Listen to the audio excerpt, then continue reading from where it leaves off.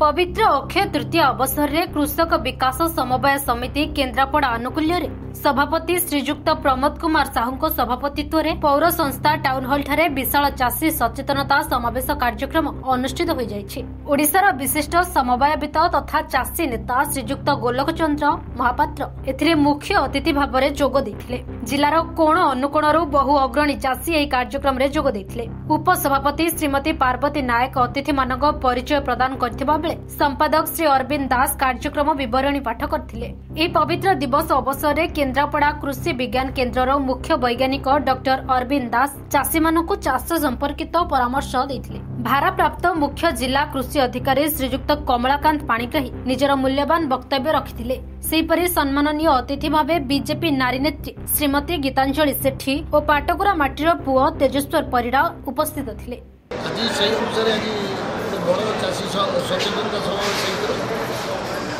चाषी कल्याण संपर्क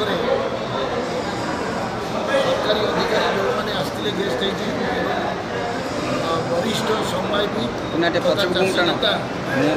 महापात्र भी आसते से सरकार योजना संपर्क में समस्त तथ्य उपस्थापन कले आगामी दिन में चाषी निकट में आम त्वरान्वित ढंग से पहुँचापी कार्य करूँ एवं विभिन्न क्षेत्र में जो चाषी मैंने सब सफलतार सहित कार्य कर दिन में साधारणतः से संबर्धित कराए और अभियुक्त कटक जिला जोटा कार्यक्रम सीमा अच्छी आम 20 जन विभिन्न किसम चाषी ये सम्मानित कर समवाय समिति पदक्षेप सरकार पदक्षेप बर्तमान दिन कही कहले प्रति ब्लक गोटे समवाय समिति जो